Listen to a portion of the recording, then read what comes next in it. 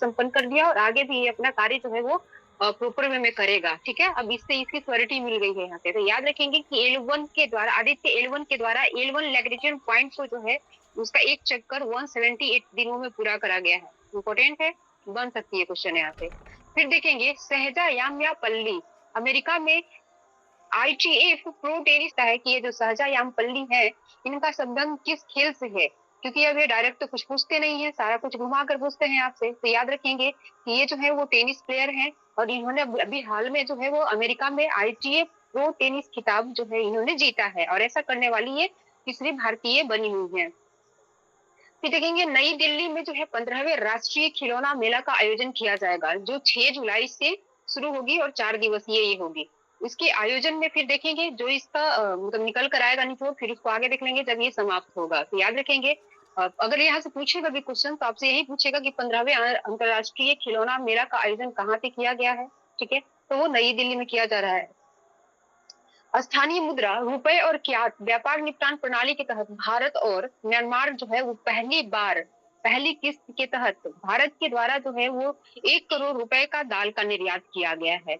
तो ये दिखाएगा हमारा कि किस तरह से इंडियन करेंसी जो है वो कंटिन्यू अपना अपने रीजन में जो है वो मजबूत हो रही है और जो कंट्रीज है हमारे पड़ोसी वो भारतीय रुपए और अपने जो स्थानीय मुद्रा है उसमें व्यापार करने के लिए जो है वो उत्सुक है, आगे बढ़ रहे हैं डॉलर की अपेक्षा, ठीक है? तो ये जो पॉइंट है ये तो पीटी में हो सकता है पूछे, लेकिन ये पॉइंट आपका बहुत हेल्पफुल होगा आप जब मेन लिख रहे होंगे और ये GS2 का इकोनॉमिक पोर्शन टच कर रहे होंगे और उसमें बता रहे होंगे कि किस तरह से हमारी जो इंडियन इकोनॉमी है वो बूस्ट कर रही है या वर्ल्ड सिनारियो जो अभी वर्तमान में है उस को देखते हुए भारतीय गवर्नमेंट जो है अपने रुपीज को किस तरह से इंट्रोड्यूस कर रही है, किस तरह से प्रमोट कर रही है और वर्ल्ड के कंट्रीज के द्वारा जो है उसको स्वीकार किया जा रहा है, ठीक है? तो याद रखिएगा कि अभी वर्तमान में भारत और म्यांमार के तहत एक डील हुई है जिसमें 1 करोड़ रुपए की दाल की निर्यात भारत के द्वारा की गई है और वो किसमें हुई है, तो रुपए और क्यात में हुई है ये। फिर किसान सम्मान निधि योजना शुरू की गई है राजस्थान गवर्नमेंट के द्वारा। तो ये इस तरह से क्वेश्चन डायरेक्ट पूछते हैं वो लोग, सम्मान ये योजना का नाम दे देते हैं और बताते हैं किससे संबंधित है बताइए। तो हाल में जो शुरू किया गया है, अब यहाँ से देखेंगे ये 3 मंथ का लास्ट खासकर जो भी योजना शुरू की गई है आपको याद रखना होगा क्योंकि एक क्वेश्चन वहां से आपको देखने को मिल जाएगा। तो याद रखेंगे किसान सम्मान निधि योजना शुरू की गई है किसके द्वारा, राजस्थान गवर्नमेंट के द्वारा। महाराष्ट्र के नासिक जिले में तोपखाना संग्रहालय का उद्घाटन किया गया है। तो तोपखाना संग्रहालय कहाँ पे बनाया गया है, तो महाराष्ट्र के नासिक जिले में बनाया गया है। ये छोटी छोटी पॉइंट्स हैं बट क्वेश्चन यहाँ से ज्यादा चांसेस हो जाती है पूछने का। देश में 9,82,000 से अधिक जो है वो कामगार फूड सेक्टर में जुड़े हुए हैं। ये जो रिपोर्ट है, ये जो निबंधन हो रहा है वर्तमान में देखे होंगे सेंट्रल गवर्नमेंट के पोर्टल पर जिसपे कंटिन्यू वहां से रिपोर्ट आ रहा है कि किस सेक्टर में कितने कितने किस स्टेट से ऐड हो रहे हैं, कितने उसमें महिला का संख्या है, कितने पुरुष का संख्या है, ये कंटिन्यू आ रहा है विभिन्न सेक्टरों का लेकर। तो अभी इसमें जो है वो वर्तमान में आया है कि हमारा जो इंडिया का फूड सेक्टर है उसमें 9,82,000 टोटल जो कामगार है वो वर्क कर रहे हैं वर्तमान में, ठीक है? इस भोजन के कारोबार में सबसे ज्यादा 60% पुरुष कार्य कर रहे हैं जबकि 45% महिलाओं का हाथ है इसमें। बिहार में भोजन के कारोबार में 65% पुरुष और 35% महिलाएं जो है कार्य कर रही हैं। इस काम में सबसे ज्यादा जो कामगार है वो यूपी के हैं, दूसरे नंबर पर अपना ये पश्चिम बंगाल है और तीसरे नंबर पर बिहार की स्थिति है, ठीक है? तो ये भी आपको याद रखना होगा इस पोर्टल के माध्यम से जो भी रिपोर्ट निकल कर आ रही है तो वो आपके पीटी के लिए इम्पोर्टेंट है, आपके मेन के लिए भी बहुत ज्यादा इम्पोर्टेंट है वो क्योंकि वहां दिखा रहा है कि किस तरह से किस स्टेट में किस किस सेक्टर में जो है तो वहां पे इम्प्लॉय वर्क कर रहे हैं और उनको काम दिया जा रहा है यहाँ पे निबंधन के माध्यम से, ठीक है? अभी हम लोग देखेंगे कि एक आर्थिक थिंक टैंक है हमारा जिसका नाम NCAER है। तो इन्होंने बताया है कि भारत की गरीबी 2011-12 से 12 के 21.2% से कम होकर जो है 2022-24 में 8.5% मात्र रह गया है। और ये जो डेटा इन्होंने पब्लिश किया है तो इसको पब्लिश करने में इन्होंने मानव विकास सर्वे के जो 3 सर्वे आई हुई थी उसका इन्होंने जो है सहारा लिया है। तो ये क्वेश्चन आपसे मेन में आप लिखेंगे गरीबी से संबंधित अगर क्वेश्चन है तो आप डायरेक्ट यहाँ से शुरुआत कर सकते हैं। अगर उसको पॉजिटिव वे में दिखा रहा है, अगर पॉजिटिव वे में पूछ रहा है क्वेश्चन तो आप सीधे यहाँ से उसका इंट्रो शुरू कर सकते हैं कि ये थिंक टैंक कंपनी इसके द्वारा जो है वो हमारा ये दिखा रहा है, ठीक है। यहाँ पे देखेंगे कि हमारा जो IHDS है, यानी कि ये जो मानव विकास सर्वेक्षण है, इसके अनुसार 2004-5 में और 2011-12 के दौरान गरीबी में जो है वो उल्लेखनीय कमी देखने को मिला है। उन्होंने बताया है कि यह गरीबी का दर जो है वो 38.6% से कम होकर 21.2% रह गया है, ठीक है। फिर यहाँ पे देखेंगे इंटरनेट प्लेटफॉर्म को जो भारतीयों के द्वारा बनाया गया था, अब इसको बंद करने का निर्णय इसके जो संस्थापक है उनके द्वारा लिया गया है, ठीक है। तो याद रखेंगे कि ये जो कू प्लेटफॉर्म थे जो कि ट्विटर को मात दे रही थी, इसका जो संस्थापक थे वो थे प्रमेय राधाकृष्णन और मयंक विदाउत का, ठीक है। ये दो नाम आपको याद रखना होगा, चूंकि ये बंद हो रही है प्लेटफॉर्म और इन दोनों के द्वारा इसकी घोषणा कर दी गई है। तो यहाँ से क्वेश्चन बनेगा, जब ये मतलब इसका स्थापना किया गया था तब भी यहाँ से क्वेश्चन दिखने को मिला था विभिन्न आयोगों के द्वारा। अब चूंकि ये बंद होने की घोषणा कर दी गई थी और बीच में कुछ दिन पहले ये ट्विटर को अच्छा खासा मात दे रही थी, जो भी रीजन हो अब ये बंद हो रही है। तो याद रखेंगे दोनों संस्थापक का नाम।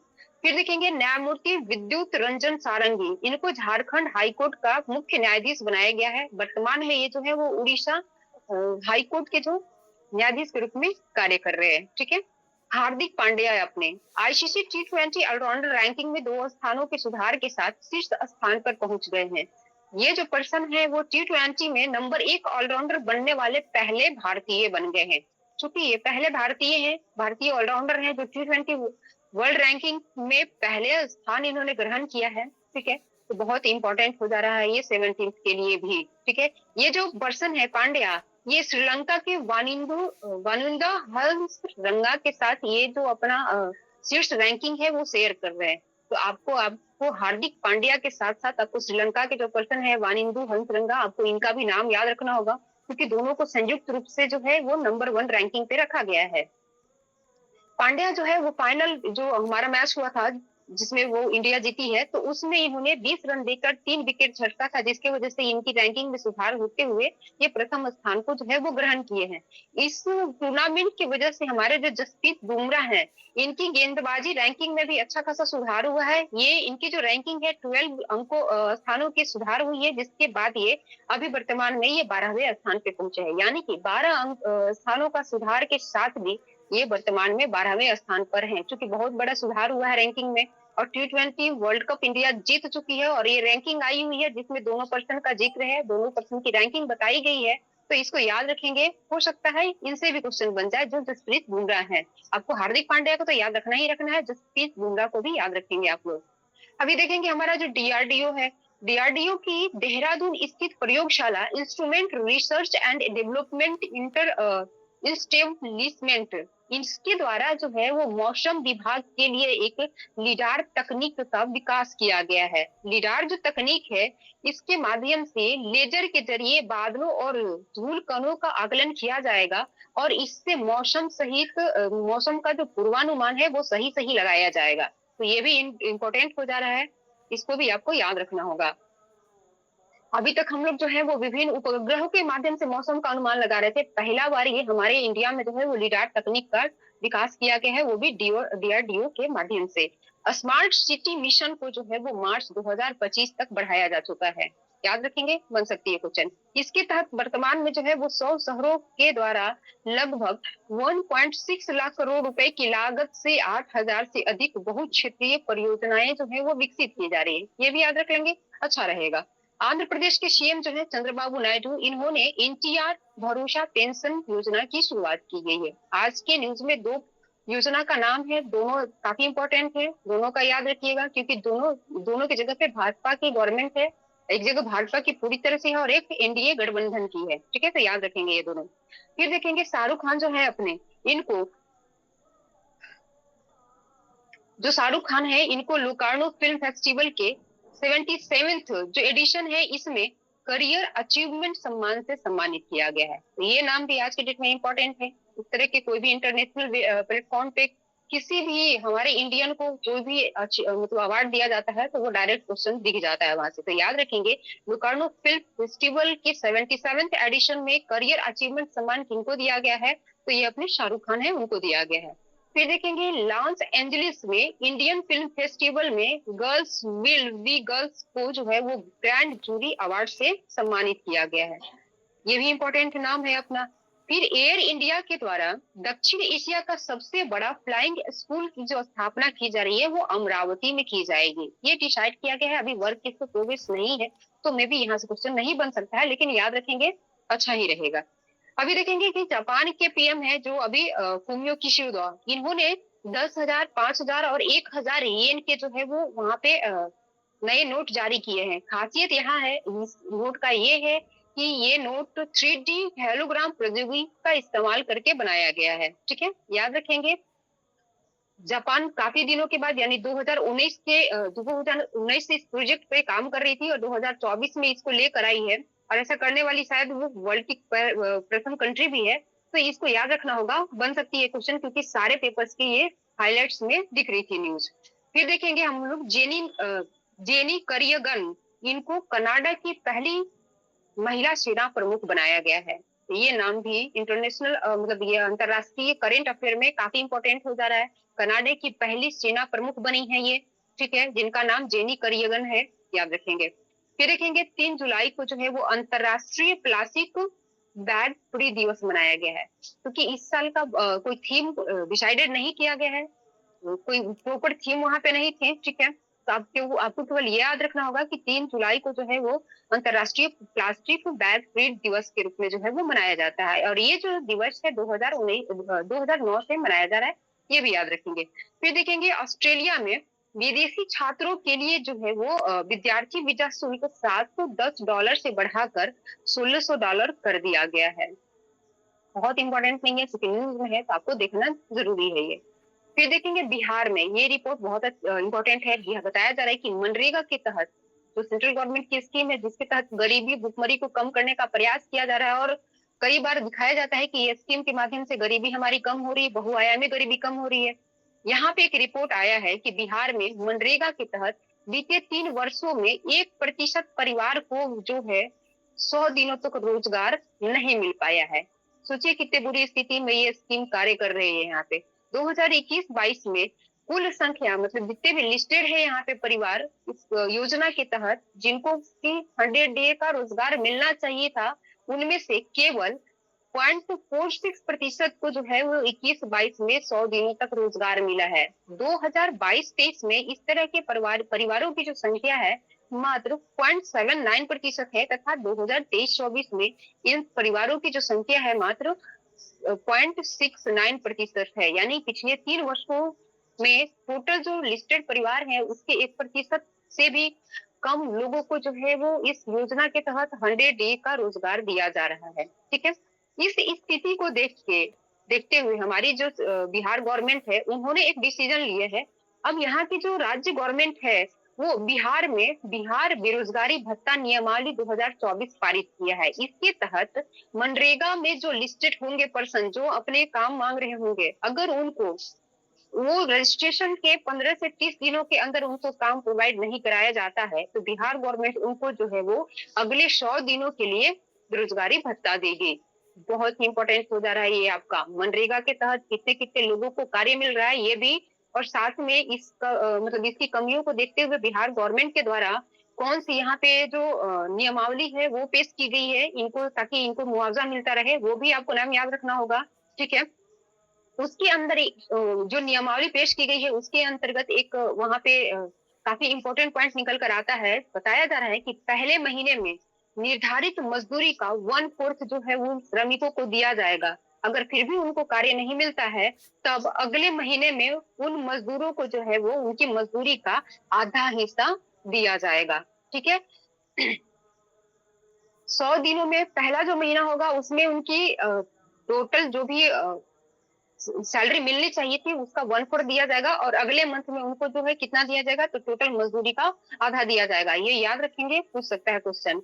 अगर नहीं भी पूछेगा तो आप इस पॉइंट का मनरेगा के फेल्यूर का यहाँ पे, या जो गवर्नमेंट स्कीम चला रही है उसका जो मतलब मूल्यांकन सही वे में नहीं कर रही है, उसकी मॉनिटरिंग सही वे से नहीं हो रही है, जिसके कारण वो फेल होता हुआ दिख रहा है। अगर वहां पे आलोचना करना होगा गवर्नमेंट का या गवर्नमेंट के स्कीम का, तो इस डेटा का आप यूज करके बता सकते हैं कि किस तरह से गवर्नमेंट जो है वो और योजनाएँ तो बना दे रही हैं, लेकिन धरातल पर अभी भी वो उतर नहीं रही हैं, उनकी जो उद्देश्य है वो पूरा नहीं हो रहा है। तो वहाँ पे उस कमी को दिखाने के लिए ये पॉइंट बहुत ही अच्छा आपको एक बेस तैयार करके देगा वहाँ पे, ठीक है? फिर देखेंगे यहाँ पे बिहार गवर्नमेंट का जल संसाधन विभाग जीएसटी के प्रावधानों को पूरी तरह से लागू करते हुए 100% टैक्स डिफॉल्ट फ्री के लक्ष्य को पार करने वाला बिहार का पहला विभाग बना है। बहुत इंपॉर्टेंट है ये, डायरेक्ट दिख सकता है क्वेश्चन ये। बनाना चाहे अगर आयोग बना सकती है। बिहार का कौन सा ऐसा पहला विभाग है जो जीएसटी के प्रावधानों को पूरा करते हुए 100% टैक्स डिफॉल्ट फ्री के लक्ष्य को पार किया है? तो कौन है वो? अपना जल संसाधन विभाग है, ठीक है? फिर देखेंगे 8वीं राष्ट्रीय बालक एवं बालिका जूनियर लागोरी प्रतियोगिता में बिहार को कांस्य पदक मिला है। और ये जो आयोजन है लागोरी प्रतियोगिता की, वो 28 से 30 जून के बीच महाराष्ट्र के रत्नागिरी में आयोजित की गई थी। इंपॉर्टेंट है, याद रखेंगे ये भी। बिहार देश का दूसरा ऐसा राज्य बनने वाला है जो हिंदी में मेडिकल के पढ़ाई का ऑप्शन देने वाला है, और ये जो ऑप्शन है इसी सत्र से लागू कर दी जाएगी। अभी जो नीट की एग्जाम हुई जिसको लेकर बवाल चल रहा है, तो इसके तहत जो भी एडमिशन होंगे तो उस सत्र में आने वाले जो बच्चे होंगे चिकित्सा के पढ़ाई के लिए, तो उनको इस तरह की सुविधा दी जाएगी कि या तो वो चाहे तो हिंदी में अपने पाठ्यक्रम को आगे बढ़ा सकते हैं या इंग्लिश में बढ़ा सकते हैं, जैसा उनकी मर्जी, ठीक है? ऐसा करने वाला बिहार मध्य प्रदेश के बाद भारत का दूसरा राज्य बना है। बहुत इंपॉर्टेंट है ये। साथ ही आपको याद रखना होगा कि इस पर 9 सदस्यीय जो है वो कमिटी की गठन की गई थी। पहले बताया जा चुका है पहले वाले न्यूज क्लास में, ठीक है? उनका याद रखेंगे आप लोग। उसके बाद एक चीज और बनी हुई थी कि 3 सदस्यीय जो ऑफिसर्स हैं उनका टीम गठित किया गया था, जो कि वे महाराष्ट्र के जो कॉलेज है जहाँ पे हिंदी के माध्यम से चिकित्सा की पढ़ाई कराई जा रही है, उसका उन्होंने दौरा किया था। वहां से उन्होंने सीखा था कि किस तरह से स्टडी करा रहे हैं। उसके रिपोर्ट के बाद 9 सदस्यीय टीम का गठन किया गया था, जिनकी रिपोर्ट के आधार पर बिहार गवर्नमेंट जो है ये डिसीजन ली है कि इसी सत्र से इस एजुकेशन को जो है यहाँ पे शुरू कर दिया जाए, ठीक है? अब देखेंगे प्रोफेसर अजय कुमार सिंह को पटना विश्वविद्यालय का कुलपति नियुक्त किया गया है। इनकी जो नियुक्ति है 3 सालों के लिए है, की जाएगी, ये याद रखेंगे। साथ ही ये याद रखेंगे कि राज्यपाल के प्रधान सचिव कौन है वर्तमान में? तो रॉबर्ट एल चोंगथू है नाम इनका। पूछते रहता है अक्सर, पिछले बार भी देखे होंगे कि वो मिलान वाले में पूछ दिया था है। तो हो सकता है अभी अपॉइंट हुए हैं जो कि पटना विश्वविद्यालय के ये कुलपति बनाए गए हैं, तो इनका भी नाम दिख सकता है।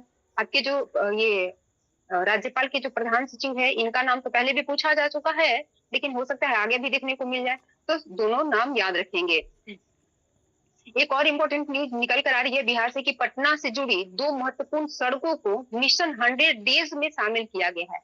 ये जो सेंट्रल गवर्नमेंट की मिशन 100 डेज है, तो 100 डेज में जो भी सड़कों को शामिल किया जाएगा, तो उनको पूरी तरह से बनाकर उनको मतलब संचालन के लिए, चालन के लिए जो है वो दिया जाएगा। तो इसके तहत पटना की 2 सड़कों को शामिल किया गया है। पहली जो सड़क है वो है रामनगरी कच्ची दरगाह सड़क, जो कसौली नौबतपुर से जा रही पटना रिंग रोड का हिस्सा है। दूसरी जो सड़क है वो है पटना सासाराम ग्रीनफील्ड 4 लेन, ठीक है? इसकी जो लंबाई है वो 120 किलोमीटर है। दोनों सड़क का नाम याद रखना होगा। हो सकता है पूछ लिया आपको कि इसके तहत पटना की कौन सी 2 सड़कें हैं जिसको शामिल की गई है, तो ये दोनों सड़क शामिल की गई है, ठीक है? चलिए बस आज इतना ही है। आप लोग एक बार इसको रिवाइज कीजिए और माइक ऑन कीजिए। ये बताइए कि आदित्य एल के द्वारा जो है वो हॉलो कक्षा का पहला जो राउंड है वो कितने दिनों में पूरा करा गया है?